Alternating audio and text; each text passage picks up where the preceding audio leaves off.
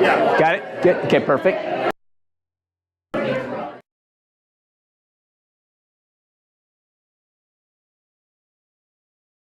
How's everybody doing?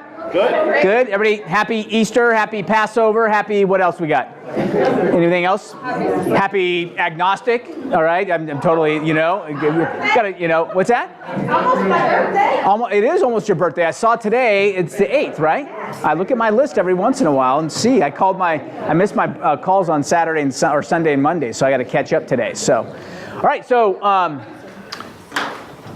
we got a busy schedule for today, so that's great. We got people online, so remember, you can always watch these online. If you haven't realized that, I am a big fan of you being here because I think it's important, right? That there is every once in a while that, the social interaction actually does us well, right? So that's great, but if you ever can't make it, it's live, and then also we have, they're always recorded. So have you guys been to FHR University lately? Okay, if you haven't, go check out FHR University. FHR University, everything we do, we throw up there. We don't throw up, but we place, okay, let's put it that way. We place on FHR University every time we get a chance to record something, from 100Ks to individual contract classes and all that stuff. It's a wealth of information there that's available to you, and there's going to be more and more and more. We figured out how to do Zoom sessions now, all right, so that's kind of interesting, all right? So that's, we did our last 100K via Zoom, which was kind of interesting. So that was a good time. So good interaction there, and enable you to be able to watch it from the comfort of your home. And as Tiffany, where's Tiffany? Where's Tiffany Cushman? There. And if in case you got kids at home, right, screaming in the background, you can mute that thing, and it's all good. Came in handy. See, that's perfect. All right. So but it allows you to still see it as opposed to missing that kind of stuff. So that's wonderful. So get a chance to check that out. That's perfect. Our next 100K we've got a couple weeks before our next 100K, so pay attention to the calendar. It's on the website. What else? Maureen is not going to be here, but she told me to remind everybody dues are coming out like this week. All right, so if you haven't updated your stuff, make sure we pay our dues quarterly, so that's all coming out. If you don't have any money in the bank account, go get some quickly.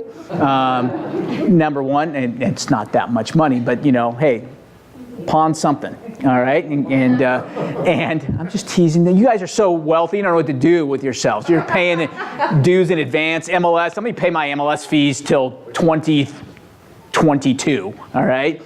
No? It's not working that way? Okay, good. You shouldn't, by the way. That's not a good financial plan to pay things in advance. Current value of money tells us we should not. And so dues are coming out. I'm sure she would remind you 100 times over to get your files in quickly. Right? The sooner you get your files in, the quicker they get reviewed. The quicker they get reviewed, there's anything missing, then things happen. When David comes up, our resident attorney in fact, we're going to talk about a couple different things, but I'm going to talk about, we just went through a new E&O renewal and some things I need to share with you on that, and that we had to, we'll talk about it. So that's good. So that'll be on recording as well. And Jim, you got anything for us? Just adding on to those dues, just so everybody knows, because it was a big fiasco last year, was the MLS dues are May 15th are due. Yeah. That's the cutoff. Last year, MLS took over the emails to everyone, to reminders, and a lot of people had the wrong emails with the MLS. They had the right ones with the board, and the board used to send our emails and let us know, but then when the MLS took over, they used their emails that they had for you, and they were incorrect. You had changed them, not updated them, and a lot of people missed their dues and ended up with $50, $150 late fees, reinstatement fees. So do not do that again.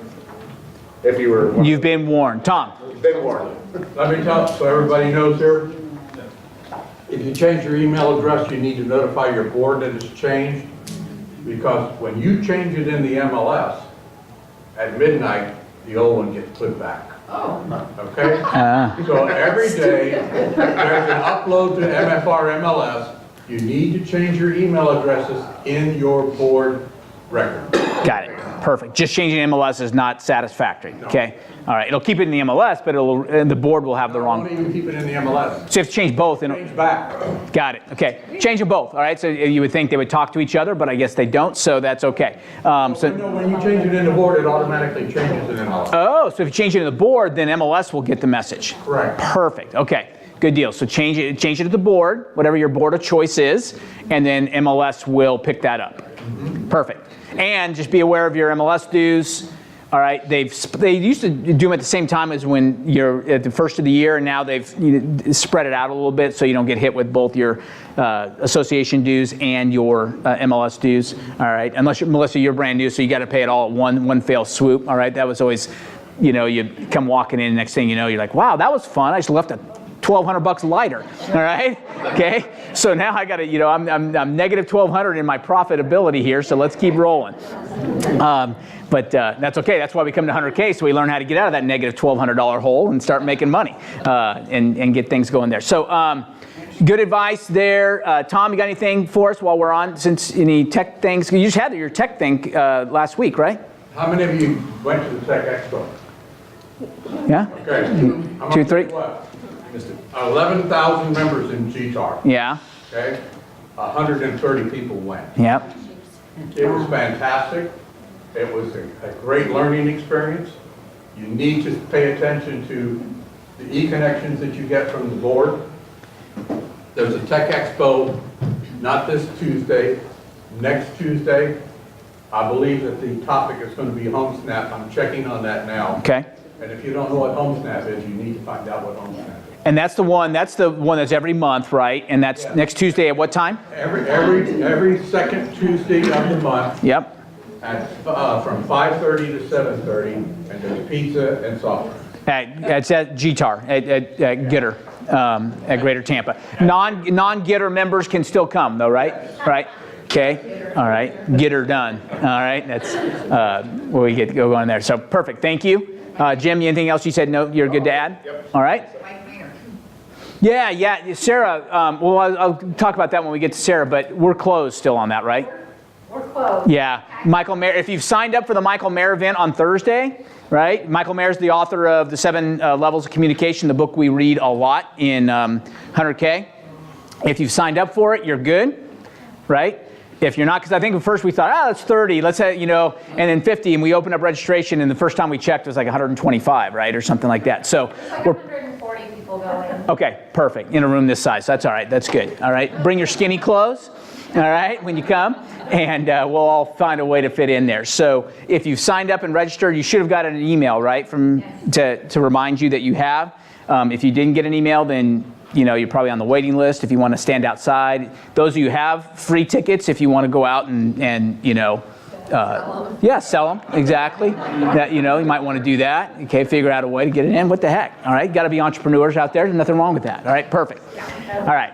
Good deal. So that answers that. Thank you for reminding me there. I don't think there's anything. Well, our calendar's loaded, so take a look at the calendar. Make sure you're aware of that. All right, Jerry, we're going to go around a little fast. Okay, so Jerry Papa, Golfview Realty Property Management, your professional lease and property management company, located in Future Home Realty here in West Chase. Top 10 question that I get asked by real estate professionals all over Tampa Bay, including Future Home Realtors, is when should I bring you into the equation if I'm working with an investor? Before you even start working with the investor.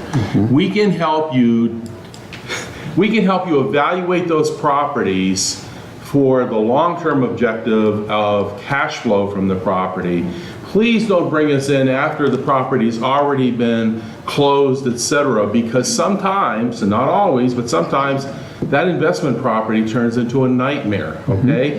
And you guys are all professional at what you do in traditional real estate, but we're professional at what we do in lease and property management. We want to make you guys shine, and the only way we can make you shine is if we've had some input in evaluating the property and giving you advice, and ultimately you working with your buyer, your investor, so that when that thing turns into a closing and we are maybe honored to do the lease or property management for it, you're going to actually have a happy customer who doesn't understand that there's a difference between us, and sometimes we have to be the bearer of bad news. And sometimes when we go back to the original realtor, the realtor will say, well, geez, I thought this was going to be a great investment property. Well, when you do the numbers here, guys, this thing is a marginal or sometimes horrible investment you go from an 8% promise cap to a -4 cap. right, doesn't really bode well with the investor and doesn't, give them, so bring Jerry in, right? Hey, look, I don't know what market rents are in the area. Jerry does, right? Jerry and his team do, right? Let them help you formulate a game plan about what you're planning to attack. Like you said, under contract and or if it's already closed, okay? And it costs you nothing to bring us into the Right, equation. exactly. And remember, and if we are chosen, you not only get a referral fee, and our referral fees are very nice, but you also get our promise that we're never going to steal your customer. That's why we are in the office of Future Home Realty. That's why we are a preferred vendor of Future Home Realty, because we have the same integrity that you and your company have. And if I ever stole your customer, you'd never give me another customer. And he'd be kicked out of his office. That's right. And it's the truth, though, because again, I say it every month, right? The reason you do property management is because you're fearful of losing the relationship. I get it, right? Here's a situation where you can turn that over and maintain the relationship, right? So 3 years from now, the seller comes back and says, hey, I'm tired of being a landlord, or you know what, I'm going to consolidate. I've got these 6 investment properties, and my Robert Kiyosaki book says sweep off 4 green houses and replace them with 1 red hotel, right? You guys ever play Monopoly? Right? How do you get a hotel? You got to sweep off the houses, right? And so that's what they do is they convert through a 1031 exchange. I'm bringing it all in here, right?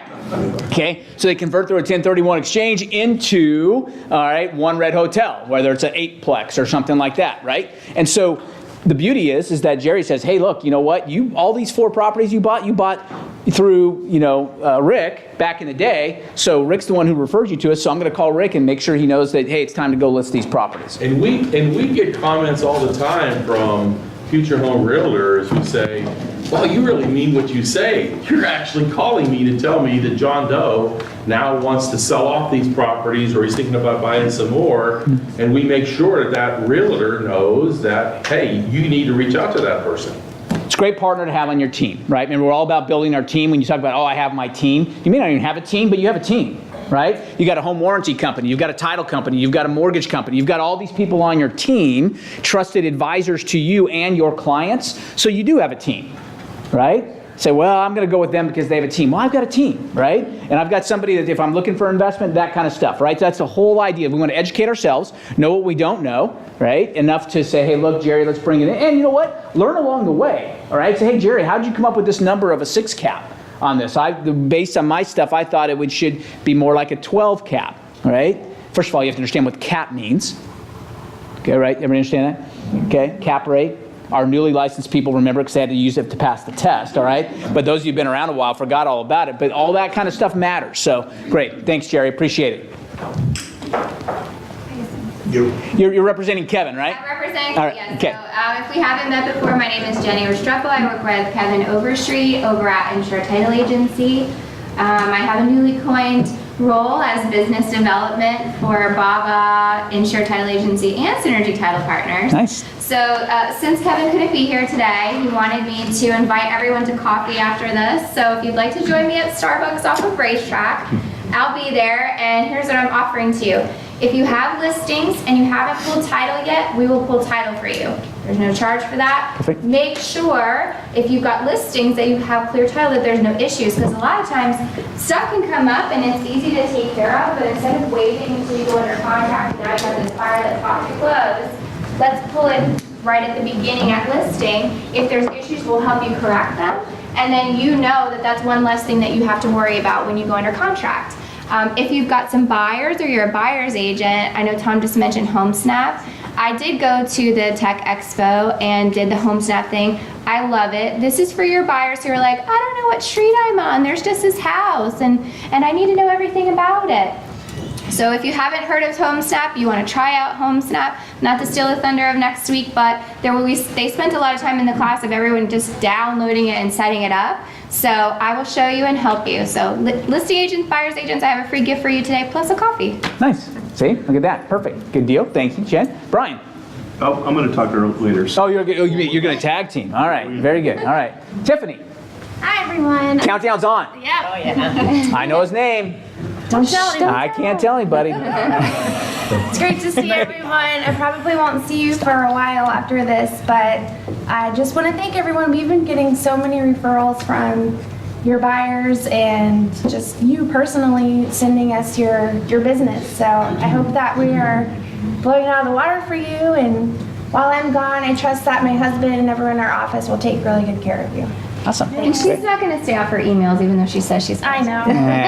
See. At least for a while. Who's she with? Oh, yeah, see, Tiffany, tell us who you are and who you're with. I'm with State Insurance. She is the owner of State Insurance, all right? They do insurance, homeowners, any other type of insurance? Business Okay. and all sorts of insurance. All sorts of Everything insurance. but health insurance. Everything but I won't health. touch that with a 10-foot pole. Well, absolutely. You and a lot of other people, so. Good, awesome, great, good question. Sorry about that. All right, Sarah. Hi. How are you? Good morning. How are you? Great. How's your Did you morning? form a good habit this morning? I did. See? Actually, I stuck to a good habit. Yeah, there you go. You've already formed it. Now you're just living Made it it to out. the gym on 3 hours of sleep. So what's the deal with the 15/18? Is that 18 in 15 days? I've worked out 18 times in the last 15 That's days. what I thought that might have been. So, okay. Does anybody else ask you that? That's See? trying to get rid of my post-social media mastermind weight because Yeah, I got right. off of my good habit. Sure. Working on that. So you can always catch up. So You I'm can always trying to catch up. So Awesome. I'm overachieving just in the rears. Nice. Very good. Yeah, Sarah Hash, Equity National Title, and I specialize in helping people grow their business. And so if you need help growing your business, especially with marketing, accountability, or one-on-one coaching, I'm your girl.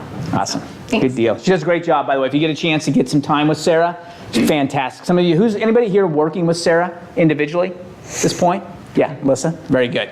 All right. Just a giver, right? Just and it's just, does a phenomenal job of helping. She's living out the generosity generation, if you will, all right, that's doing it and kind of head that up. So good job. All right, Francine, how are you? Good morning. I'm great. How are you? Good. Good. Good morning, everyone. Always so happy to be here with you guys. I'm with American Bank Shares Mortgage, and we are a proud sponsor of the Future Home Realty Gang. I have some great partners in the room that I do some work with, so I'm always grateful for that. And I heard you mention you have some newbies in the room, so I want to say congratulations to them. I also am very good in love. Very good. I'm very good. Yes, you are. Okay. If you don't mind me saying so. I actually love to do training and education. So for the new people, you're going to be slammed with acronyms and mortgage terms and programs. I love to do one-on-ones or even a quick phone call if you run into things on the road that you're not hearing or things are constantly changing, because my world's always changing. Call me at any time. I'll help however I can. Awesome. Thank you. Great. Very good. And Janet, we're coming back, right? Because you're coming up. Awesome. Good deal. So here's the deal. Make sure. Remember, we have no affiliation with anybody, right? There's no, monetary connection between me and any of these people, right? It's just the reason I bring them to the table is because they've earned my trust to allow them to come to you, right? And if they ever violated that trust, I would stop bringing them in front of you. Because that's number one. They're trustworthy. They have integrity. Number two is that they bring value, right? It's not just, hey, you know what? Hey, I brought a box of donuts, so you should listen to me, okay? That's great, okay, but in addition to that, we need to have them come and actually add value to your business, because we talked about them being part of your team. So they should add value to what you do. You're on the front lines. There's a lot of, and I tell this all the time, right, to every one of these people, a lot of them, their industries exist because we first are consummating a deal. All right, without us consummating a deal, right, there is no need for the title and all the other things that the mortgage and all that stuff comes in play. So that being said, why not be synergistic in our relationships with these people, right? And why not go hang with people that are going to have coffee with us and teach us how to do, what's it called, Snap what? Home Snap, okay. All right, see, exactly, all right. Or that's going to do a one-on-one individual mentoring coaching session with us, right? And hold us accountable, right, to do that kind of stuff. Or answer those, what is ARP versus DDT, which is CIK, and all these other acronyms. Okay, lenders that do that, they bring value, okay? And so that's why they get a chance to come in front of you, because they're value givers. Cool? All right? Good deal. David, you want to come on up? Okay? And then we'll come right back to you guys after David, all right? What time do you have to get out of here, Brian? I'm fine. Okay, you're good? All right, perfect. All right, well, we'll just rein. Tell me 10, 12 so that I can rein David in. Sometimes he gets a little windy. All right. Before we start, start, I need to say hello to my fellow big amoebas Yeah? out here. You know, Yeah, yeah. last month it was the... Oh, the clinger-ongers, exactly. Yeah, right, you guys are, sucking off of, the value that we bring. Is that what you're saying? Big Exactly. That's right. So, in all sincerity, I got to tell you, man, back in the day, it's probably been 3 years now, maybe 4. Don't remind me. Yeah, right. Seems like forever. Yeah. So David is an attorney, right? He owns a title company as well called American Patriot Title. Fantastic at both things at what he does. He's also the lead counsel for Getter, right? For Greater Tampa Realtors. And RCF. And what? RCF as well. Okay, Francine, what's the acronym RCF? That is Greater Tampa Realtors' answer to down payment assistance help under RCF, which is Realtor Care Foundation. It's a great program, and it can give your first-time homebuyers free money, so come. See, look at that. And it's right, I didn't know it was one thing that you have intimate knowledge of, right? Exactly, see? It's on my board. And see, there you go. That's perfect. Awesome. So anyway, it comes from a very strong knowledge base as far as real estate law is concerned, right?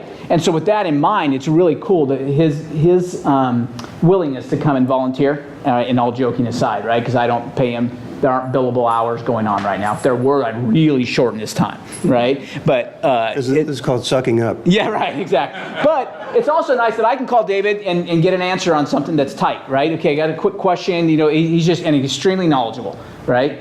So it comes along. So you got a couple things you wanted to share. Why don't you hold that? I do. All right, and that. All right. And then I'm going to stay up here because I want to play some devil's advocate with you, because you and I had a little bit there was some good dialogue going on about what you're going to share already. So. All right. Well, it's sort of unusual for you to do that. So Yeah, right. Exactly. I'll just be ready. I won't be surprised. All right. So a couple quick concepts. One is FHRPTA. FHRPTA. Has anybody heard of FHRPTA, the acronym? Yep. And people were wondering, well, why should I be interested in that? I just, I deal with people called, their names are Smith and Jones, and they're nice people, and they're, seem like they just moved down from Tennessee or whatever. This is a bit of a trap, and I want to explain, because there are people, oddly enough, there are people from Canada that look just like you and I, all right? And, and the IRS recently made a ruling, and they have adopted the Jeff Foxworthy definition of a foreign national, and that is a foreigner from another country.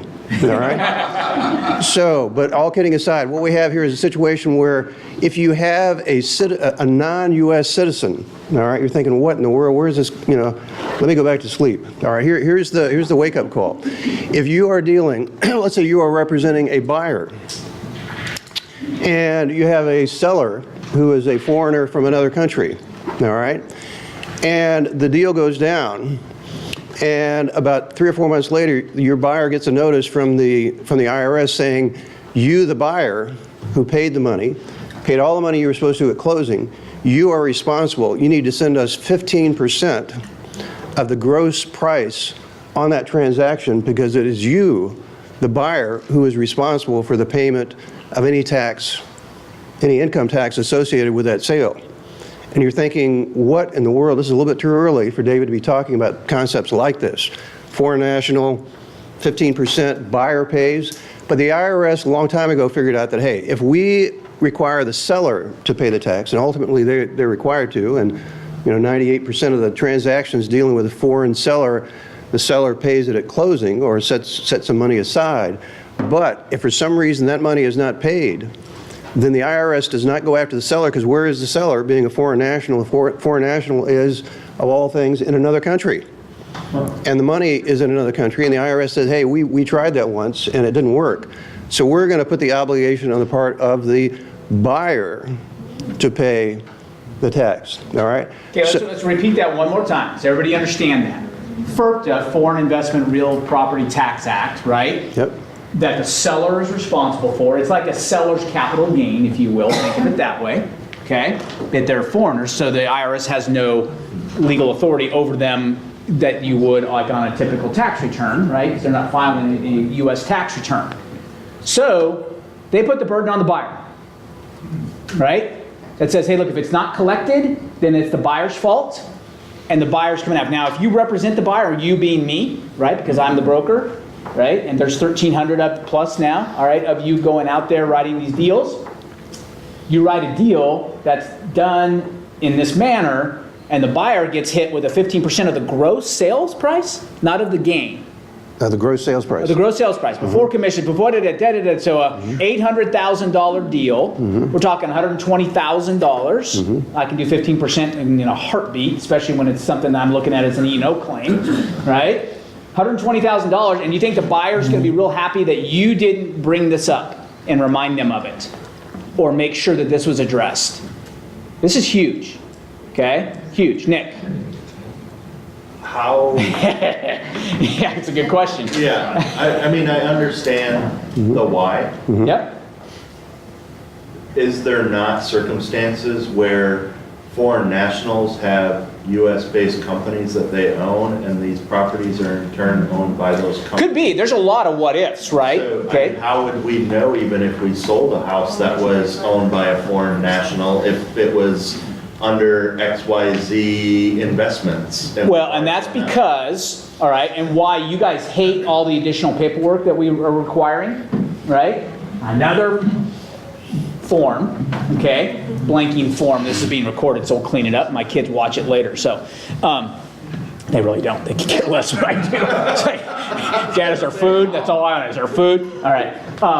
That being said, we're going to have to create something that the seller is going to have to acknowledge, and David's going to work on that wording for us, right? That we can put to our, that's going to say, hey, seller, you're going to have to acknowledge, or at very least, I'm going to put this in front of you to say, I need to know, is anybody in ownership, anything in this ownership of this property, a foreign national, basically?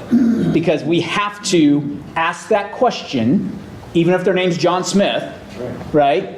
To know what the heck's going on. Tom? I believe if you look at the seller's disclosure, there's a paragraph in there that asks that exact question. And they all filled it out and said, I never lived in the property. Okay? There is one. Plus, there's a separate form in Form Simplicity and Transaction Desk for FERPTA. Okay. And my main question, though, is, does a green card exempt you from that FERPTA law? Let me say this. All these intricacies, I mean, these are good questions, and really what you should be doing when you're the seller is raise the issue as soon as possible. And there is a process whereby the IRS will issue either an exemption, or it's called a certificate. And the IRS is given certain information, and they will issue a certificate, and it'll say this is what the tax on it is, and the title company withholds that and sends it to the IRS.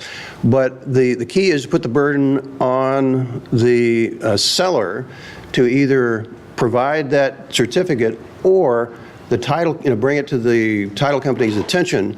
And typically what they'll do is they will withhold, they will retain 15% of the gross sales price, because that's what they're required to do. And the sellers don't like that, so therefore that's going to drive them. That's their motivation to then move and go get the certificate, go talk to an attorney that specializes it. The green card is because those people are usually employed and pay income tax, so they can be tracked. Well, but see, you don't want, and I'm sure Bob doesn't want anybody making a decision here that, okay, they have a green card. How do we know? Well, they say they do. And then if you're given a card and it's something other than green, then you think that, well, is it a green card? You don't want to get involved in that process. What you want to do is you want them to provide an IRS certificate, or at the closing, there's 15% withheld. And if that's not on the closing statement, then you say, wait a minute, we're not going any further. Don't you know what the FERPTA requirements are? And then if that 15% is withheld, then your buyer doesn't need to worry. But it's just to bring up the issue. How are we gonna address this? You guys getting a certificate? Because if you're not getting a certificate, we're gonna have to withhold that 15% at closing. Now there are exemptions. There are some, but once again, I don't want people to say, now, did he say, let's say if the buyer's going to live there and it's less than. Yeah, we're not involved in that. We're just like, hey, you go get them, and they can say, well, I don't have to withhold this because I talked to my FERPTA specialist accountant, and here's what he's provided, and this meets these categories. It's totally out of our hands.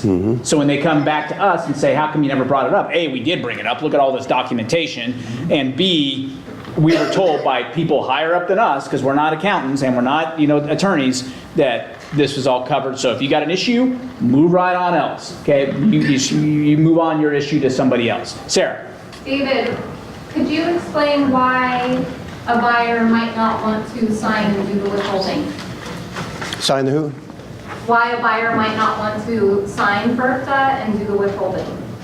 Like, what are their limitations when they do that? When you sign, Don't they have to live in the property for a certain amount of time? well, that's why I'm saying, we don't want to, because we could, this could be and has been the subject of a 2-hour seminar, and I think the best advice in this context is to be aware of the issue, and then have the seller confront and have them satisfy, either get an opinion from a tax accountant so that the liability, we have somebody to indemnify future home, or there's, the problem is addressed. And the sort of the fail-safe is the title, and this often happens, as you know, the title company will withhold 15%, and that relieves the seller of the burden, where's the money? Well, it's sitting at the title company, and when the IRS figures out how much they're required to pay, then the money's there, and then the seller can get the remaining balance, whatever's left over. But just be aware of the issue. Don't be bashful about asking the question and documenting the fact that number one, you asked the question, and they made representations as far as whether the person is or is not a foreign citizen. Instead of the Jeff Foxworthy, just let's be clear. Are they a citizen of the United States? Yes. Just to add to that too, I know I've sent it to a few of you anyway, but Kevin Overstreet had at one of his BABA things a FERPTA certified CPA. There's only a few of them in the state, so make sure you know who they are, or if when you come across these issues, if you need that contact information, just hit me up with an email, I can send it to you. But the one thing to point out is have your buyers actually talk to them before they buy if they're foreign, because it makes a difference on how they buy it as well. If whether they buy it as an individual or a company or a citizen, it makes a difference because of maybe where they're from. So if you educate your buyer, Yeah. a foreign buyer on the front side, who's going to eventually be a foreign seller, right? So that they're People have been knowledgeable double going taxed. in. Exactly. People have been double taxed before by their country as well as us. Yeah. Which hits them harder when they could have bought it a certain way and just had a single, and it would Right. save them money too. Perfect. Great point. Quick question, somebody had said, if I've got a seller, if I've got a listing, if the seller has a social security number, we don't have to worry about FERPTA, is that correct, or? That would be wrong. Could be wrong, okay. Because you can't, there are all kinds of, in this day and age, there are a lot of people who have, can show you, give you an 8-digit number and say that's their social security number, and you have no way of verifying it. So having a social security number does not equate to If they being, get a valid social security number, what's a valid social security number? if they show me their social security card, Well, I'm just asking. I rest Yeah. my case. I would say, no. The issue is that there's so much a fraud going on and everything else that the main point of this whole conversation is not our discussion. Push it up, okay? Somebody else makes that decision, not you, right? Oh, don't worry about it, Mr. and Mrs. Buyer, don't worry. They showed me the sellers. I saw it. I was sniffing around. I was sneaking in. I peeked inside their underwear drawer and I saw their social security card, so I know that they're U.S. citizens, right? Whatever. Okay? No, not our business, right? It's not our business. Our business is to inform our clients what the potential ramifications are and how we go about satisfying that is the case. And if somebody else outside produces this certificate, hey, look, here's a certificate. I think we're good, but at the end of the day, if anything goes wrong with this certificate, your issue is with the issuer of the certificate, not with me. Okay? So I'd love for you to tell you, hey, look, don't worry about it. It's no big deal. It's a big deal. All right? 800,000, 15%, it's a big deal. All right? I saw your 1099s last year. It's more than what most of you made. All right? So when I come, it's going to be a bad situation. Jerry. And going hand in hand with that, we get asked this question all the time. Traditional real estate professional comes to us, got a great referral, this international person, this foreigner just bought this property. We require an ITIN number that is on the U.S. Treasury IRS document to provide that to us, or we have to pull proceeds every month and send them to the IRS if we don't have that. And we've been advised that both by counsel and by the CPA. An ITIN number is required by anybody. We just had a lady that lives in China, and she was brought to us by a future home agent. Great lady, but she had to apply for an ITIN number, and we finally got it from the IRS. Perfect. And if we don't get that, we have to start taking that money aside, and that really upsets the buyer because... That's a portion of the rent. Right. Yeah, it has to be upset as well. So all these things to be, and obviously, hey, we're in Florida. Do we have foreign investors here? Yeah, you think, right? And so is it something that we need to be aware of? Guess what? In the Iowa Association of Realtors, all right, probably doesn't have much to deal with FERPTA, all right? The Florida Association of Realtors, or Florida Realtors, does, okay? So it's there. We're not gonna go get to your second thing. Not a problem. Okay, that's, again, beware, we're gonna be coming out with some more information, so keep an eye out. We try and send you very few emails, right? Relatively. We send you a lot fewer emails than somebody who just got a new listing. Trust me, okay? And so when we do send you an email, please pay attention because there's gonna be some stuff coming out about some changes we're gonna make to some of our forms in order to protect ourselves and you in the event of protection against these things, and or we might record a class or have a seminar or all sorts of good things I see coming. We'll do it. All right, sounds great. I'm going to David, hand this thank you. off, all right? All right, perfect. You know all Pass the it down. responsibility attendant with that? Absolutely. it? It's like the gavel. Okay. I got it. All right, perfect. Good deal. Thank you very much. You're very welcome. All right, Brian, you ready? Brian and Janet, come on up. You going to introduce Janet? Yep, I'm going to introduce He's going to do his little thing. Okay, perfect. Awesome. Good deal. Take me 2 seconds to do mine. No, perfect. Come up, Janet, if you want. Also, who's your new E&O insurance company, may I ask? I go through a broker, so I got to think who is General Star. Okay. Yeah. Okay, so anyway, I'm Brian with Old Republic Home Warranty. Every year I come and talk to you guys about warranties, but I know that 2 other warranty companies come here every year also and talk about warranties, so I didn't really want to bore you with warranties. So here's all you need to know. So when the other companies are here and they're talking about their warranty, just remember ours is better. That's all you need to know. We have better coverage, especially when it comes to AC, so we're the one to pick. So think of Old Republic while they're talking. So I wanted to bring you somebody that I thought might, Old Republic Home Warranty belongs to a company called Old Republic Insurance. We own title companies, insurance companies, all kinds. So also we have a 1031 exchange company, and that's where Janet's from. And so while Janet's talking, I'm also going to pass a basket around so you guys put your card in there, and she's got a drawing for you at the end. But she's going to talk about 1031 exchanges. So, and that's just so they can hear you on the computer, not. Oh, gotcha. Okay. And here's the basket. All right, pass it around. Yeah, you did. We'll just step out in front of the... Oh, yeah. A little blind. Good morning, everyone. I'm Janet Shum with Old Republic Exchange Company. We are a subsidiary of Old Republic International, as Brian said. We are a nationwide 1031 exchange company, qualified intermediary for 1031 exchanges. We cover the entire United States, including the U.S. Virgin Islands. We also are heavily involved with FERPTA, and we know how that works, just as they were talking about earlier. We actually have a 2-hour FREC course that if anyone's interested for free that we can do for you. It contains an hour of FERPTA as well as an hour of 1031 exchange. So that might be something you want to sign up for.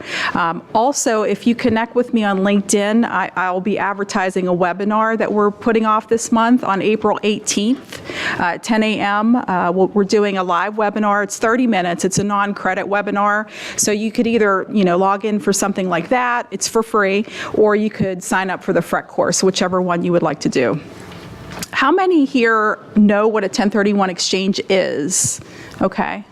Do you get a lot of requests for them? Does this group get No, not too often. Well, when they do come up, a lot of times they come up at the last minute. So that's why I passed around my little flyer, set up a 1031 exchange in less than an hour. So sometimes people think, oh, it's too late, it's day of closing, I can't do this 1031 exchange.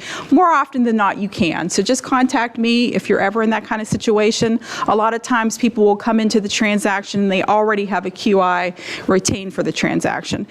When you are dealing with these type of companies such as mine, you know, there are good QIs out there, but there are also bad QIs out there because it is an unregulated industry. So you want to make sure that whoever you are referring clients to when you're doing a 1031 exchange, you want to make sure they have a fidelity bond. You want to make sure they have errors and omissions. We have all of that. All of our information's out on our website. I often will, if you want to, like I said, follow me on LinkedIn. I do provide a lot of educational resources for you that you can share with your clients. We have a YouTube video that actually explains the 1031 exchange process that you can share with your clients. It's about 7 minutes long, so that would be something like a nice little tool.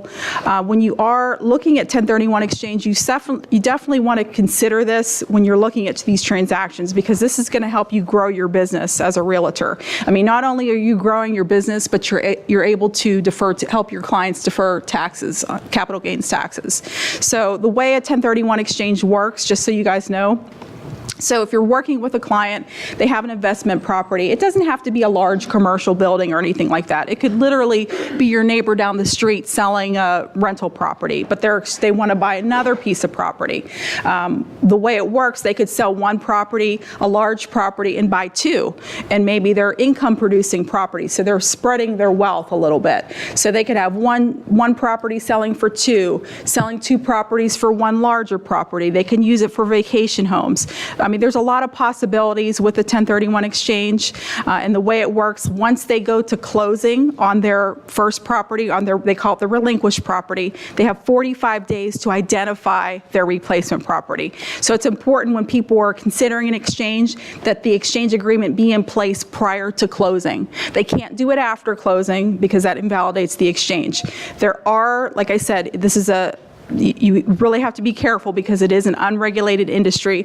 You will have companies that will fudge paperwork and things like that, so you don't want to be involved with anything like that. So you want to make sure that everything is in place prior to closing. Once they go to closing, they have 45 days to identify their replacement property and 180 days to close. We monitor those exchange timelines. We prepare the exchange agreement. We provide all the appropriate forms. So if anybody has any questions or anything about these, like I said, we consult with clients, the actual exchangers, realtors, title companies, closing attorneys, those are all of our clients. So if anybody has any special, questions, no question is a dumb question. I tell people that all the time. I'd rather you ask questions. So that's all I had for today. So. Awesome. A ton of places where to go get the information. So on that, obviously, you can set it up quickly, but it has to be done prior to closing. Prior to closing, it's very important. If you touch the money, then it validates the money. Exactly. And we've had clients that'll say, well, I just closed last week. I didn't touch the money. Well, you have constructive receipt of funds, You have control over it. You have control over your funds. And you can't have an intermediary that's working with your client, somebody that's already done business with the client. That's important too. It has to be an independent third party QI. You can't have their attorney handle it or anything like that. That's one of the rules. Interesting. So there are details behind it. It obviously can be a huge savings for your client. And again, another tool for your belt, right? So that now you talk educatedly, intelligently, all right, not very intelligent of me, right, to say it. You can talk intelligently with your client about here's a way that I'm value adding again into your process, right? Because why would you go pay? Because again, are they avoiding the tax? The answer is no. No. They are deferring the tax, right? And so they defer it, but why would they want to do that? Because money spent later is better than money spent today, right? Just like money earned today is better than money earned tomorrow, right? Same thing, we can defer that, and maybe their life change is going to happen. Maybe they're at a really high tax rate, or something's happening, whether it be capital gains or not. Or, let me ask you this, here's a question for you. So I do a 1031 exchange today, and capital gains is what? We're at 20 right now? So it depends on what tax bracket you're in. Okay, gotcha. So let's say we're at 20, right? But, all right, we keep voting correctly, and next thing you know, capital gains is gone, right?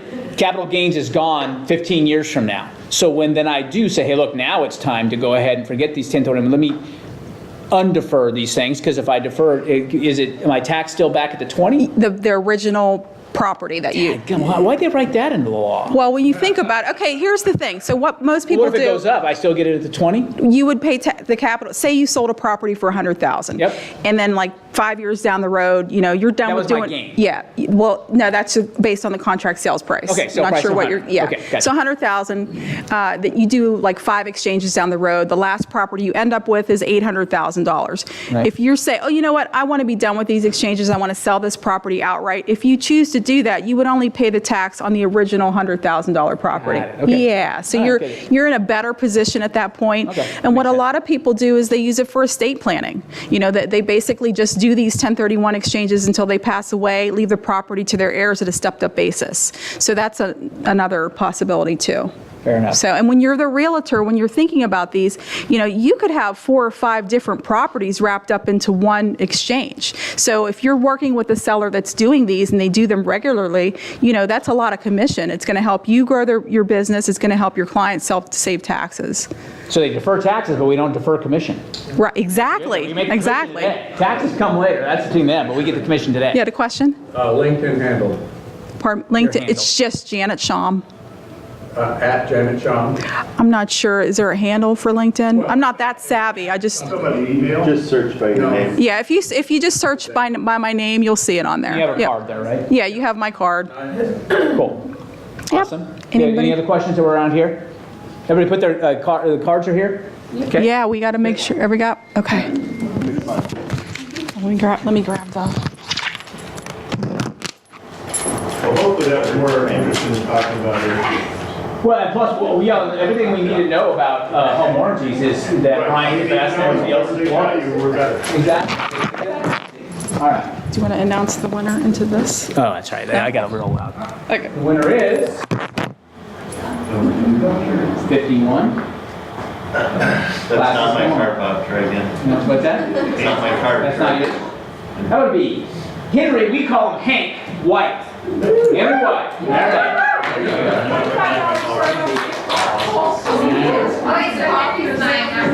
There you Yeah, thank you, appreciate it. Thank you. All right, so again, just like FERPTA, right? What's our answer when people ask us about 1031 exchange? We become the expert, or do we push them to the expert? Push them to the expert, right? Just notify them it's available, and we need to get you in the hands of somebody who knows what we're talking about. Cool? Awesome. Good deal. We are back on track. Thank you, guys. I appreciate that. All right, so every month we get to bring in, all right, one of our top producers to share with you. Why? Because we're an abundance mentality kind of company, right? That there's plenty for us all. And so if there's plenty for us all, we're not fearful of, hey, if I share a secret, then they're going to steal my secret and then I'll lose business, right? Because I see other past speakers are in the room that are here. So I talked to Patti last week, right? Yep. Okay. Ask her to come share with you. I love to hear her story about where she's been, how things have gone. Because it's been relatively recently where you jump back into, at least into traditional real estate, Yeah, right? yeah. So, awesome. Come on. So Patti Reed, you guys know Patti? Give her a hand. All right. What's your better side? Which chair do you want to sit in? You pick. I was thinking I should have had my granny makeover before I went on camera. You tell me whatever you like. You tell me. Doesn't matter to me. All right, we're good?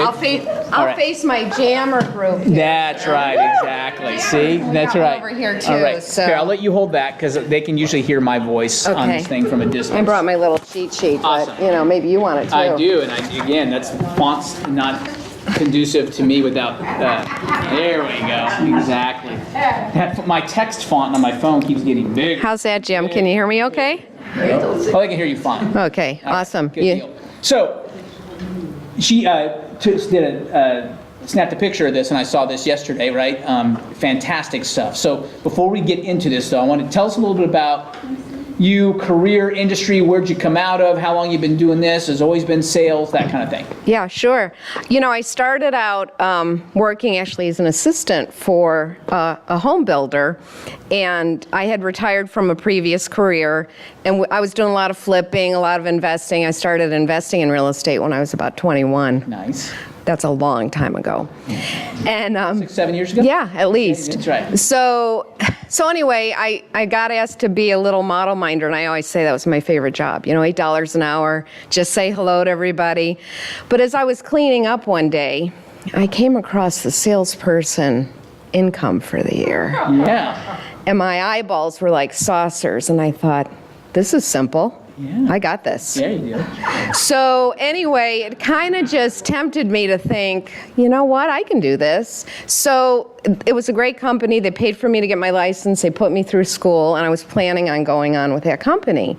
But everybody, needless to say, never left because it was a really good situation. They would only have one salesperson per neighborhood, so the income was like really strong. Right.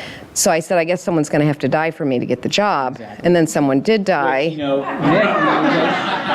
the Caputos, they know some hitmen, I think, right? They call them house painters. That's code word. House painter. Hey, I need to hire a house painter. All right? Got it. Okay. And so we can kind of off somebody if we need to get an opening there. Uh-huh. Right, okay. So someone died. Yes, someone died and they gave the job to his wife. So anyway, I thought, well, I think I'm going to have to go into general real estate. And I was doing a lot of investing and I had a lot of connections. I've lived here since '79, probably before most of you were born. But anyway, your original broker who solicited you, I had a relationship with him working through the office and doing some deals. So I said, you know, Dave, I think I'm going to come to work for you. And he's like, oh gosh, pinch me. Is this true? You know, Dave. Oh yeah, absolutely. He's really smooth. So anyway, I went in it. He won me over. If he won me over, holy smokes. He is one of the greatest sales guys. Yeah. So I went to work for him. That was 2003, started doing really great. That was the kind of the pre-investment, flipping, everything going crazy into 05. I became a top producer right away, truly by the grace of God. 05 was a crazy year for me. Anybody who's lived through 05, we all have post-traumatic stress syndrome. I mean, I made more money than a physician. Right. But it was hard. Yeah. I don't want to do that again. Right. I'm too old. Sure. So anyway, that was that. And then I actually, when the market crashed, a custom builder approached me to come and work for them. It was a small run, family-owned business, but they allowed me to still do general real estate. So about 70% of what I did was kind of luxury, high-end custom homes, and about 30% was general real estate. But they were no longer being given land or home sites, and for about 3 years, I knew I had to make a change. So I'd started interviewing with different brokerages, and actually I thought I was going to go somewhere else. And I even considered being a buyer's agent on a pretty large team, and I knew I'd make $100,000 just running buyers. But I actually met with who I'll call it my Christian, and for those of you that don't know, usually when I get a microphone in my hand, I'm going to talk about Jesus, so just get ready for that one. That's right. He knows I preach at prison, so. She does. She's a great lady. Well, you could tell her backstory. She has a great ministry to young women, right, at a women's prison. Even my age, it's shocking. Just women, young. There's grannies in there. Right. And this is at which prison? I go to Hernando Correctional. We have a ministry there, and it's really. I got to go to a wedding of a young gal that was in for 20 years, and she got married over at Esplanade, if you all are familiar with that new subdivision at the clubhouse. And she came walking down that aisle, and I just locked eyes with her, and I just lost it. Because she just represents a truly transformed life. Right. And it's a miracle. Yeah, that's so fantastic stories, by the way, if you get a chance to ever have a cup of coffee with Patti. So where did we go from that sidebar? Think about where you're going to join. Oh, so a Christian mentor of mine who's older and wiser I met with, who's not a realtor, and she said, nope, you gotta go on board with someone that you're equally yoked with, meaning another one with high integrity, morals, values, and a faith. So I knew that of you. Nice. So I joined FHR, but truthfully, when I joined, I didn't anticipate this. Like, I really thought I was just going to be doing my own thing, paying my $250. I wouldn't even know anyone. I know everybody works from home. And this was just like such a blessing to me, all the training, all the support, and the generosity generation. I mean, I didn't have a clue that we were all going to be sharing and supporting and learning and teaching and growing, and it was just amazing to me. So first year was a little rough, making that transition from new home sales, kind of rebranding myself, and I started completely down every wrong path. I didn't go to the 100K club. I thought I had to wait to be there for the very first session. So I thought, oh, I guess the new thing is to send out postcards and do this and do that.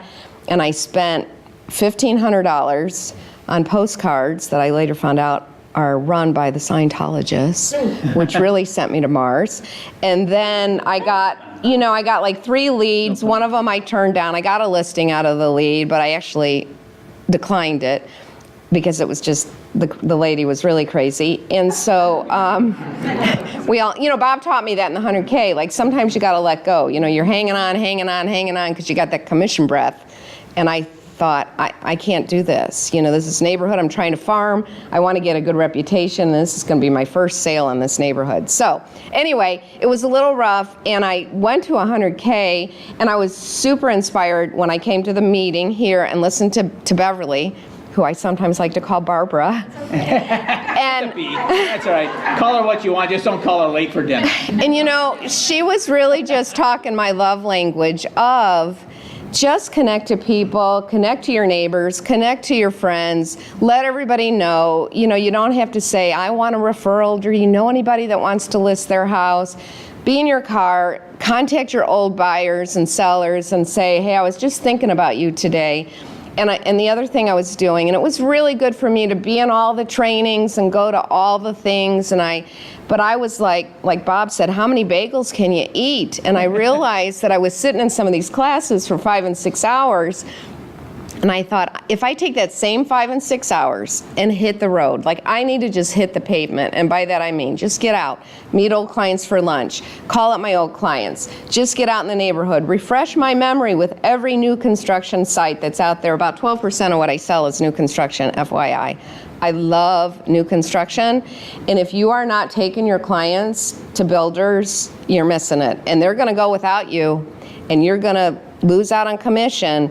So even if they tell you they don't want new construction or it's a little bit out of their price range, you better take them anyway, and register them and develop those relationships with builders.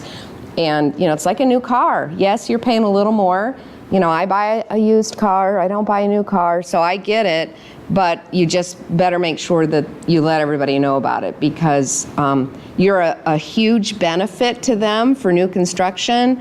You can negotiate a better deal, you can be with them through the build process, and a few of you have actually called me for tips on, well, how can I really help my buyer with new construction, or how do I go about getting them a better deal, or or vacant land, estate home building. So I'm throwing that out there. I have helped a couple of people in the group. And I smell a class coming right there.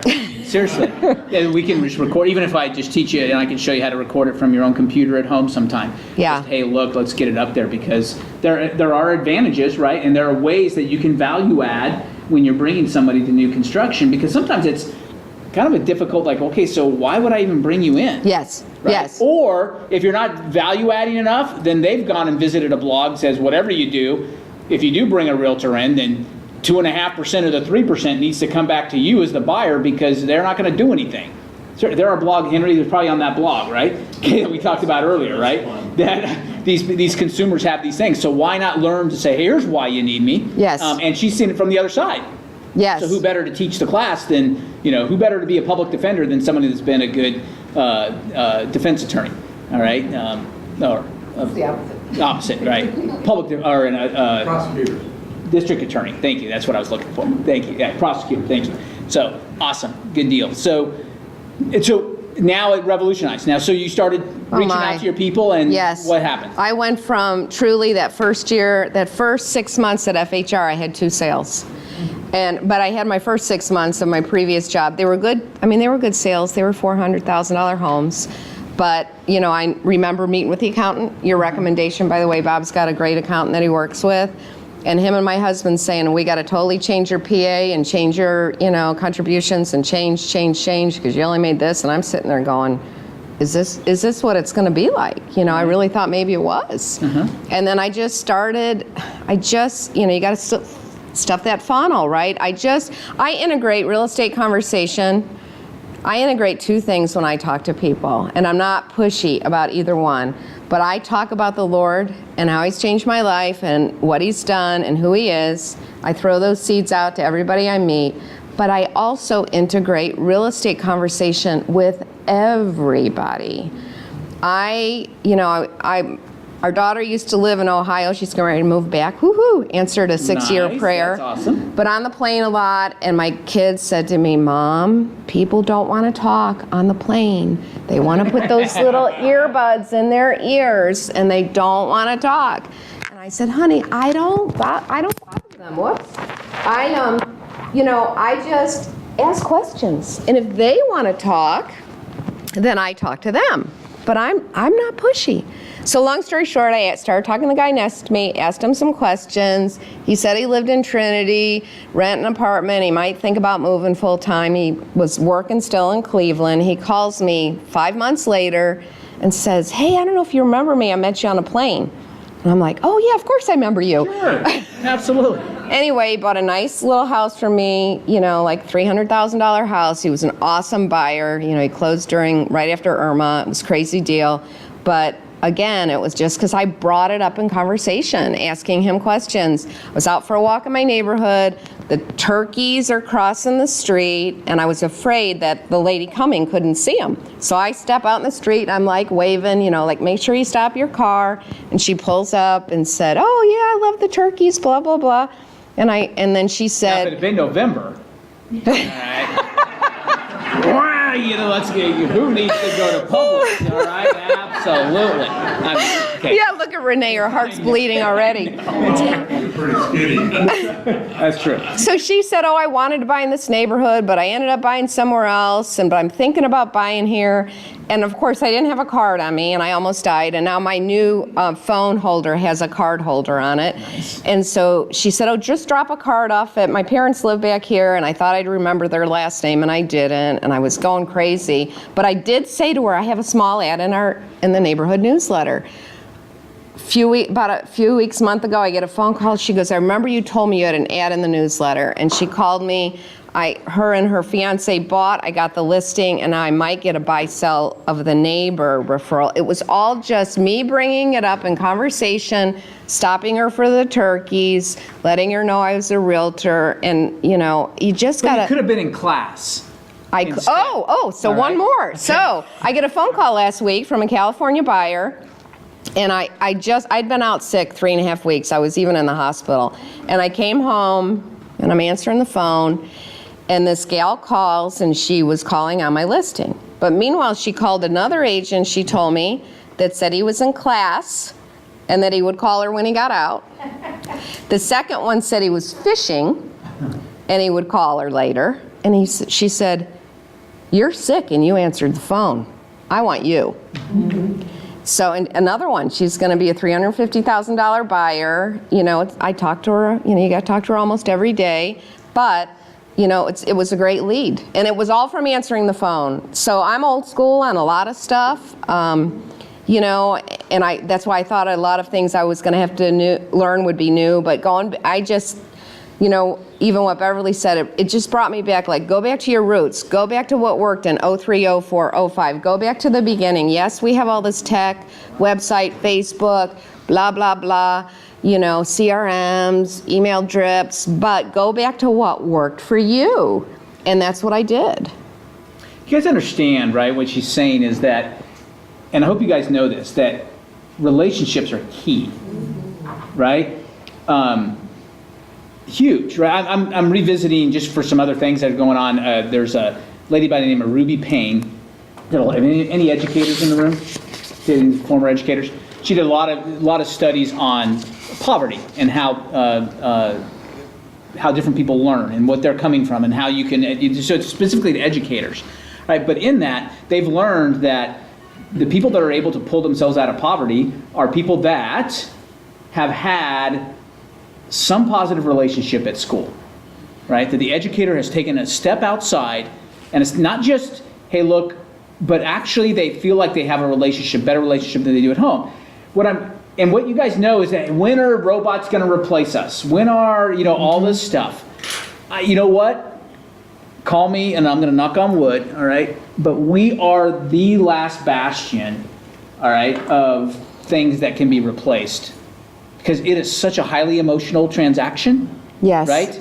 And the relationship is so critical that when our stuff gets outsourced to 100% robots, all right, then we're all, exactly, we are robots, right? It really, it's where we're headed. So, I mean, but it's going to be, I think we're the last thing that would ever get transitioned because it's so highly emotional. And because of that, foster your relationships is what I hear you saying. Yes, and to piggyback on that, my son-in-law is a graduate, Rollins Business College. He's a millennial.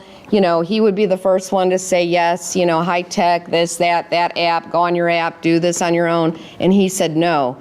A real estate transaction is still the biggest purchase anyone's going to buy. They don't want to use an app to do it. They want your knowledge, your wisdom, your expertise, and they want your guidance.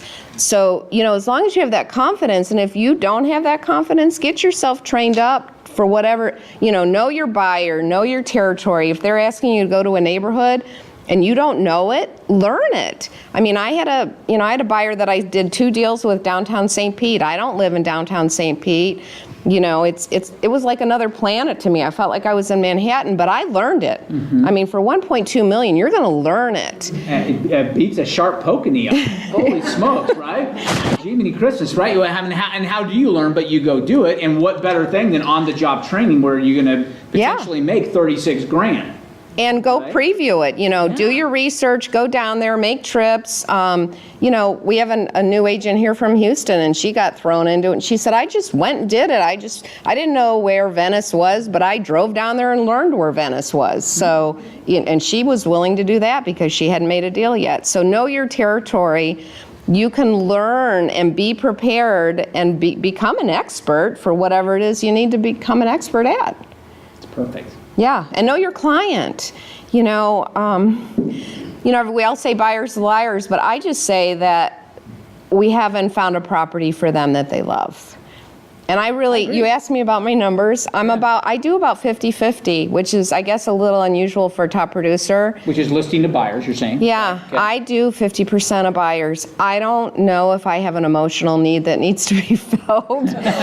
But, and truthfully, I don't know if I have really challenging listings or if I have really good buyers, but I don't find one to be much easier or simpler than the other. Mm-hmm. You know, my listings can sometimes be very challenging, and my buyers are good. Sometimes they're challenging, but Tiffany's laughing because we have a listing. And then you have to learn how to say no sometimes if it is really way out of your wheelhouse. And so that's another thing we learn the hard way, right? You know, sometimes that emotional need I want to help everybody and rescue them all. And so an example is the listing that I took that was way out of my territory, out of my wheelhouse, and, you know, I probably should have researched that harder and better and thought through that long and hard. Because you got to be wise with your time. We only have a little bit of time. And again, being one of the seniors in the room, you know, life's short. So we got to make the most of it. It's awesome. It's awesome. Speaking of being old, I thought of that Michael Mayer book. Do you remember in the book where he said that older woman got up and she was right and he couldn't believe like she was successful? So that's my hope to many people in here. You are not who I pictured when I read that book about the little old lady who hand wrote the things to the apartment complex. But you know, even in my jammer group, I'm like, man, I'm old enough to be their mother. Yeah, so that's why they can get up at 5 and go to the gym. Yeah. That's right. Exactly. That is awesome. You want to go over this, or do you want me to ask them? Let them ask you questions? You go. Okay. So let me just read you her list, because this is good stuff. I want you to hear it. All right, and then maybe this will pique some things that you can ask her when we open up for questions. Okay. Obviously, she's touched on know your customer, right? Mm-hmm. Which is, hey, look, and so when people say buyers are liars and all that kind of stuff, they're just not asking enough questions, right? They're not getting into what we call needs-based selling, right? That you got to discover. You can't meet a need until you know a need, right? And we can't assume a need. right? We're saying, hey, everybody thinks like me. That's very narcissistic, all right? Which I'm intimately aware of, right? Okay? And so narcissists will say, hey, look, the world looks at the world like me, right? And so we need to understand that people look at the world differently, and that's okay. And so we just need to delve down, peel the onion, if you will, and get down deeper with it. And don't be just a tour guide. Yeah. You know, because of Zillow, they're going to tell you, I want to go to here, here, and here. And you're going to have to go to here, here, and here. But there may be something that you know, because you've educated yourself of the territories, and listen to what they're really looking for that may be outside the realm of what they think. It's awesome. Know your competition. Okay? Yeah. So what do you mean by that? Oh, so, you know, if you're going on a listing appointment, you know, unless it's really what the old term, you know, lay down is from your Aunt Mary's, you know, sister or something, you better know who else is going to be at that table in front of them on a listing appointment. And I don't ever badmouth anyone, but I've been around long enough to know how everybody works and what their strengths are, what my strengths are. So I'm going to talk about my strengths versus who I know they're probably going to meet, and what I see is maybe, and I really do believe with all my heart, and we talked about this in our jam meeting last week, it's customer service. You know, how are you going to fight? My clients are like my family. You know, I'm going to treat them like my kids, like my sister, like my brother, and so I'm going to fight for them to get the best price on their listing. I'm going to fight for them if they're my buyer. If I'm in a multiple offer situation, I have got to win. Because if I know they want that house, I want them to win. And so, you know, customer service. So you got to sell that at your listing appointment, that, you know, you're going to roll out the carpet for them and take care of them, and you're going to have their best interest, not your commission check at heart. And if you believe that in your belly, you know, at the end of my MLS signature, it says, love God, love people, change the world. If that's in your gut, they're going to know it's real. If it's not in your belly. It's a slogan, and you can put all the posters in the world with a team of people rowing. And the fish, you know. Yeah, and the fish. Yeah, right, exactly. By the way, and I'm, as you guys know, I don't hide my spirituality, my Christian beliefs at all. But I'll tell you this: you see a fish on a card, run. All right, or hide your wallet. Okay, for sure. It's a sad, because if you got to put a fish on your card, and I don't have to, yeah, that's my only indication that you are a believer. All right, if your lifestyle isn't living out that you're a believer, then you could cover your cards with fishes. All right, and it means nothing. Right, you got to walk it out. Yeah. And there, you know, that's it. You got to walk it out. But I do pray for my clients. Yeah. And sometimes I pray, and Sheila's my new mentee. You know, if I'm feeling led that it's a comfortable situation, I'll pray with the clients on a listing, or, you know, at a home that they're getting ready to buy. So. And by the way, if any of this makes you guys uncomfortable, I get it. You know, those kind of things. If anything makes you uncomfortable, then you know what? Feel free to step out. We'll refund your money, what you paid. Perfect. Okay, good deal. So, know your territory. You already talked about. Know your strengths. Are there. Care about clients' best interest from every aspect. That's awesome. Okay, great advice. Know when not to take a client. We talked about that. The power of saying no. Right. Here's the key. You know what the key to that is? Being busy enough to say no. Right? When we're so desperate for the next deal, then you start taking on, you know, people you shouldn't be taking on. It goes against your better senses. This doesn't sit right with me. I know I shouldn't, but dadgummit, mortgage is due. Right? And I get it, right? But let's get you so busy that you can then pick and choose. Cool? Fair enough. That's awesome. Love that. Pray for your clients and their deals. I love that. You just said that. Take them to, okay, what do you mean by this? Take them to properties from all your listing, etc., that you may think that they may not even think they want to see. Yeah, we did say that. So I had a client once that said, I can have a 2-story or a 1-story. I can have a 3-bedroom or a 4-bedroom. I can be in this neighborhood, that neighborhood, all these variables, but I have one non-negotiable. I have to have a 3-car garage. And you know what they bought? 2-car garage. A 2-car garage. So just know that sometimes it changes when they see it and they love it. So, you know, I think sometimes we just think, oh, they're going to be uncomfortable. My St. Pete deal, you know, I knew they really were stretching. They really couldn't do the 1.2 million. I said, look, just humor me and come around the corner to Snell. Just humor me. We went there, they bought. Then 2 years later, they said, you know what? We really want downtown, and we're in a better place to do it. So I said, are you telling me you want to spend another $500,000 because you can walk downstairs to get a cup of coffee? They said, that's what we're telling you. And I said, let's go. Man, you know what, man, I could hire a butler. Have my coffee ready. Exactly. Forget walk downstairs, he walks upstairs. But you know what? And they love it. Oh my gosh, they're so happy. And it is a really ultra cool place. You know, it's all relative. Oh, you know, it's hip. It is. Yeah. It's very cool. You're hip. Hip granny. You hip granny.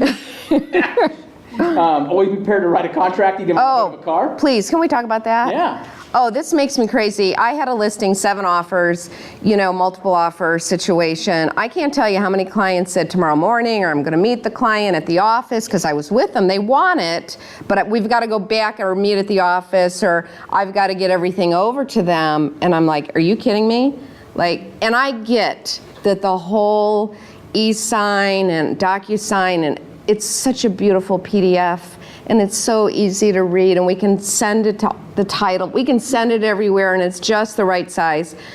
But we remember fax machines on a roller. Like you had to rip the sheet of paper. Oh, good, I got some sisters in the crowd here. And then disappearing ink to that paper. It come back 3 years later, and it's gone. Yeah. It's like and then the upgrade was when it finally came through in single sheets, but by the time it got faxed to 5 people, you couldn't read it. And so then you had to go to the title company and bring them an original so they could even, so my bottom line is please have a blank contract in your car. And if your buyer is at the property that they're ready to buy, fill it out and get them to sign it. And I have done so many deals on the hood of my car, I can't even tell you.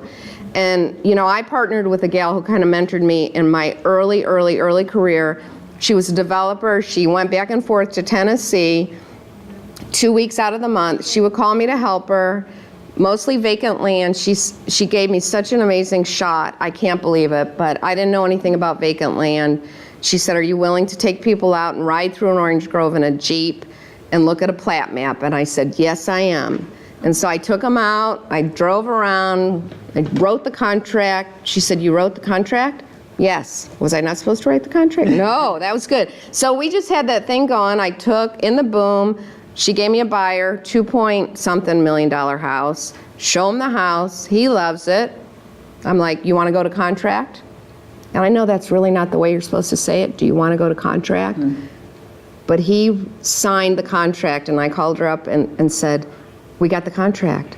She said, you, on the first visit, wrote a $2.1 million contract? And I'm like, is that okay? But I'm just, and I know those times, 05 are gone, but the point being, please be prepared and have a listing packet with you and a buyer's packet with you. And there's nothing wrong with ink, and there's nothing wrong if you made a mistake, cross it out and initial it. And so what if you scan it and it's a little messy and it doesn't look perfect? Get the deal, you know, close your people. They want your, and only, now again, only if you know it's the right one. Right. You're not doing it for the sake of doing the deal. You're not trying to get the commission. That's the right deal. Yeah, That's awesome. Okay. You know, I'm going to go back real quickly. So she talked about she likes to represent her clients fiercely, right? Sellers or buyers. Yes. Okay. Let's reiterate that. If you guys haven't watched it, go back to FHR University, the value of single agency. Yes. Okay. I'm just telling you, a lot of you are coming from an office situation where they mandated transaction brokerage. Yes. Right? Transaction brokerage, in our opinion, is the brokerage of last resort. Right? Meaning only when I'm forced to do so by law. Because I want to represent my client. And a transaction broker, watch the class. There are several illustrations where you cannot represent your client because you don't have a client. You have the client, and it's the people, and it's and it's very wishy-washy. All right? It's there's a short list of the book that's called The Great Wishy-Washy People in the World. All right? And there's no one on it. All right? Because wishy-washy doesn't do it. Okay? You want to represent your client whenever you can to your best of ability. That means if you get in some knowledge that, hey, they're going through a life situation on the other side that you can make your client aware of, hey, if that puts my client in a better bargaining position, then I'm going to tell them. Can I do that as a transaction broker? Nope. Read it. And I will never share anything that will put one party to the detriment of the other. All right? You've lost that right as a transaction broker. And by the way, many of you still do it, and you're violating your transaction broker relationship. All right? So I just wanted to go back to that. So thank you, and we got to wrap. 'Cause Yep. You could talk forever, and I love it. It's good stuff. This is awesome. Listen, pay attention, and connect. Answer your phone. She covered that. Care about your past, present, and future clients, right? Yes. Actually love on them, right? Just go out there and kind of, it's the Bev Buckaloo. Yep. School Pick of up real the estate. phone. I'm in the car. Pick them up. How you doing? That's it. And it's funny because Bev, kills it in this business too. The people that kill it have relationships. I'm just telling you, right? And they do a good job of fostering those. Integrate real estate conversation with everyone and everywhere, even the people on the plane, even when people are about to run over turkeys. All right, all these, wherever that might look like. All right, and then here's your tagline. Say it to us real quick. Love God, love people, change the world. That's awesome. Okay, if you go through life that way, if that's your job, hey, I'm going to get this morning. What's my job? Oh, look, my mission statement says, love God, love people, and change the world. Okay. After that, it's just, hey, whatever happens, happens. Right? Yeah, yeah. Questions of Patti. Let's give 5 minutes of questions. Anybody who's got something? Anybody? She answered it all? Sarah? I have to go, but I just want to say thank you, and I think you're amazing, Patti. Aw. Sheila, you're so lucky. Yeah, that's awesome. And Sarah, we'll see you on Thursday. We'll see you on Thursday. Awesome. I'm so glad that Sheila reminded me we're going. I have a ticket. That's good. All right. Thank you. Joe? What's your split between buyers and sellers? 50-50. Yeah. She said, yeah. Yeah, and I've checked actually the last 3 years, and it's about 50-50. And one more question. Follow up to that. Yeah. Yes. Where do your clients come from? Do you prospect, or is it referrals? It's mostly referrals or past relationships. It's I'm not a good, if it's someone I don't know at all, there's usually some kind of a connection, even if it's like a thread of Kevin Bacon. three people. And I didn't get to talk about the whole generosity generation. So that was a whole new concept to me coming here. That's just amazing. So yeah, I just talk about it with anybody. It could be a guy that I'm laying tile that I run into on a job site. Just talk about it all the time. So sometimes it's a very loose connection. I'm not real good with, I call it stranger danger. I'm not good with complete, I had a company that I was doing some leads with, and I felt like by the time I scrubbed them and cleaned them and tried to figure out who was good and who wasn't good, and then even went with them, and I got like one deal out of it. It wasn't worth, for me, my style, it wasn't worth it. You know what? That's why we teach the 150, right? 150 is all you really need. Because 150 equals 22,500. Because 150 go one level deeper than that. 150 who know 150, that's 22,500. That's all you'll ever need. You take care of 150 people, all right, you're good to go. All right, we've got a couple, let's go here and then. Well, that was actually my question. Okay. My question is what percentages referrals? Gotcha, perfect. Okay. Awesome. Bev, and then we'll come to Sherry. When you say, you always make sure you tell, somebody your strengths, what does that look like? Oh, and I said work in your strengths. Oh, you're talking about on a Like listing on a listing appointment. presentation, hey, look, yeah. Listing appointment. So yeah, I really just, I talk about the team and the support team. I use a lot of admin help. My weakness when you talk about strengths is I can see the big admin picture, like we got to get to closing and we got to get the deal and we got to get leads, like the big. But, to fill out the paperwork, I have a front girl, I have a back girl, and if I could get a sideway girl, I'd be happy, So, but that's a team, right? There's a team, and now I have Sheila helping me too, and so I talk about the whole team, the support that's available, professional photos, and I talk about listings that don't have professional photos. Toilet's always up. Unbelievable. So, I talk them through that, how we're going to walk them through it, how it's going to be a simple, easy process, and what all that we're going to do for them to make it look good. Look good, get syndicated, get Facebooked, get everything, and if I can't do it, I'm going to hire someone who can do it.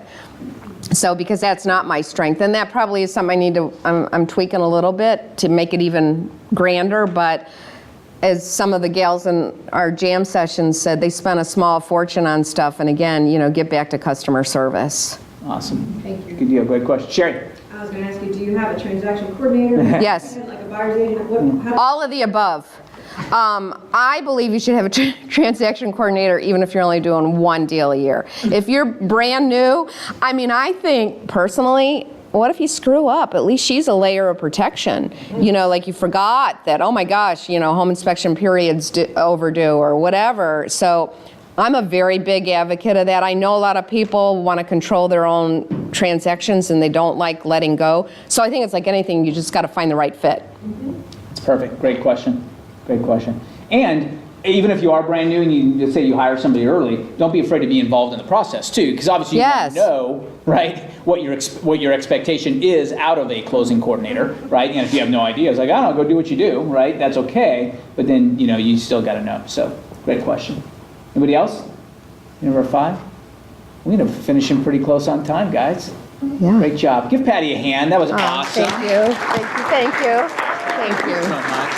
Did a great job. By the way, if you ever want, you can go back and watch the replay of it because this is good stuff. I'll send out a reminder to go take a look at this. We record these and put these all up as well. All right, so pay attention to your email because I'm going to be coming out with some stuff regarding specific information that's going to have to be, it's already in our files, but if you choose, it's another way for you to drive to get your clients to sign some specific data we need, because lacking that, let me put it, since you guys show up, I'll tell you. All right, so, guys, in our E&O, we have our E&O, and there's a deductible, right? Our deductible has always been $5,000. I fought hard to keep it down that low, all right? Good news, bad news. Bad news first, our deductible is now $10,000. My premiums doubled, and by the way, my premium was not $2,000, all right, and doubled to $4,000. It was much greater than that and doubled to much, much greater than that, all right? And so because of that, and that was the only way I was able to do that was to get it to 10, all right? So I fought hard, but here's what I did fight for, all right? So listen to this and listen clearly, okay? $10,000 is what your deductible is now. By the way, how much of that is borne by the agent? $10,000. $10,000, okay, thank you very much. Okay, because I made $250 on the deal, you made 18 grand, so it's time to pay the piper. All right, here we go. But you can get it down to 5 grand by having these 3 things. You ready? Yeah. Standardized contract, FAR bar, okay, that's what we kind of do. Hey guys, can you hang on for a second? Hey guys, can you take it outside for a second? Okay, sorry. Okay, standardized contract, signed seller's disclosure. Why do you want those? That's so antiquated. The law doesn't even mandate it. Well, guess what? My E&O company thinks it's important. All right? They think it's so important that they're willing to waive half the deductible if you have it. Okay? Signed seller's disclosure. Okay, well, what if they won't fill it out? Do we not have a watermarked one that says seller refused to complete or whatever? What's it say? Yes. Seller refused to disclose. Yeah, seller refused to disclose. Yeah, that's even, I love that email. Yeah. It's like, hey, look, all right, just throw it in their face. Yep. Seller refused to disclose. We still have our buyer sign that. Okay? Okay? Now, whether or not, I'm still trying to pile down with my new insurance carriers whether or not that's going to satisfy them. All right? But if I can prove that I did everything I can't force somebody to disclose. All right? But I can prove that we've done that. Okay? So signed seller's disclosure, number 2. And number 3, the property or the deal had a home inspection or a signed waiver of such. Okay? Now it's kind of in there, right? And we get all this stuff. But if we just have those 3 things, which are all common sense things, right? Standardized contracts, it's not like I'm asking you to have, something in blood, right, with, DNA samples. Okay? It's signed, standardized contract, signed seller's disclosure, home inspection or waiver thereof. Now, we don't have to have a copy of the home inspection that I know of. I'm going to get down to the details because this was all going through. We just got renewed, right? Or can we just prove that there was one done and/or here's a signature showing that the buyer was aware that they should have had one or could have had one and decided not to. FHA has that, right? FHA, for your protection, get a home inspection, right? We don't have that on every deal, so that's what we can do. So that will be there, so pay attention. There was a question out. Jim? On the home inspection, what I tell everyone is make sure you give them the time. I don't like, well, just my opinion, I don't like the waiver. Yep. See if that will apply for them. That as long as they have the time to do it and they elected not to, the time was there. Right, it was built into the contract, right. Allowing them to waive their right to do one. That's correct. Irresponsible on our part. Right. By letting them wait. Yeah, like, oh, that's an option? Okay, I'll wait. Yeah, if you just give them at least 5 days or 10 days or something. I've got a conference call coming up with all the people that, you know, trust me, I was hammering this out, all right, at ad nauseum, trying to figure out best ways that we can keep things where we need it to be. Yes, ma'am. I found that the best money that a realtor can spend if their buyer refuses a home inspection, pay for it. Not a bad idea. It's the best money you'll spend. Absolutely. Beats the heck out of a $10,000 deductible. Right? And you're right. It's exactly correct. It's like, hey, look, and you know what? And the next time, I'm not so sure I'll represent you as a buyer. If you're willing to spend, to obligate yourself to a $430,000 mortgage without spending $485 for a home inspection, all right? I think you need your head checked, so that's okay, and maybe I don't want to do business with people who need their head checked. All right? Fair enough. Great advice. I can't sleep at night if they don't have. Yeah, right. Exactly. It's true. It's true. Amalphus. How about you have the seller? Yep. And they really don't know anything about the house. Then fill it out and say, I don't know. Because all it says, to the best of their knowledge, right? The seller has to fill something out to the best of their knowledge. And say, look, I don't know. It's the third column. Yeah, I don't know. But at least it's being filled out. It's saying, I don't know. Here's your chance to say it. It's not like I never lived in the property. I don't care what. You know something about the property, right? If you closed on it, you received the deed, right? You know something about that property. I just have one. I asked him, why, you know, he just did the work. You know that he did the work. Right. I asked him, do you love apartments? I said, I don't know. Right. I just put this amount of money to this guy. Yep. Then my son gave it to another guy. Yeah. And somebody else is finishing. So he paid the two guys. They walked away with the money. He came and somebody else finished it. We don't know. Yeah, right. Well, and the answer is if he truly doesn't know. Here's the problem with putting I don't know. It can be proved later that you knew and you put I don't know. Now you're really screwed as a seller. Yep. Okay, but that's their job. Again, that's your job is to put it in front of them and have it filled out. Tina. Becky, sorry, Tina. Becky. You can go online and find out from the city or the county if they pull permits. Yeah, absolutely. All that stuff. I did, but he didn't know anything. Well, he paid two people and they walked away. He gave $11,500 to one guy, and then the son put $25,000 to somebody else, and they never finished. And you know. Right. Yeah, and by the way, it goes back to the fact too that if we know and they don't disclose, we still have to disclose. Right? So, everybody got that? Okay, so just be paying attention. We're going to do something. I'm going to record a class on it once I get my hands around, after my conference call with the higher-ups on these things, different things that come into play. Because, by the way, you start to read an E&O policy, and that'll keep you up at night. All right? Because what's the insurance company's job? To not pay. To not pay. All right, so they're going to look for every out of our out of our agreement. Okay, so that's just their job is to accept premiums and never pay out.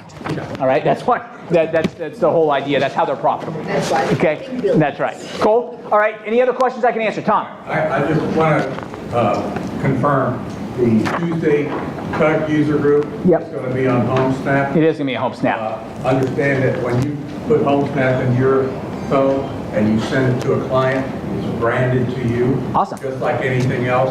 So don't just have to go in and install HomeSnap. You provide them HomeSnap. But you need to You going to cover that? There's other advertising pieces to it, social media pieces to it, and so forth. If you get a chance, come to the Tech User Group Tuesday next week. Awesome. Good deal. 5:30, 7:30. There's a getter. Cool. Awesome. So to see some of you guys at Michael Mayer on Thursday. If not, come out and scalp your tickets. All right, and we're free. And if I can, again, anything we can do to help, let us know. Cool. All right, guys, have a great day or month.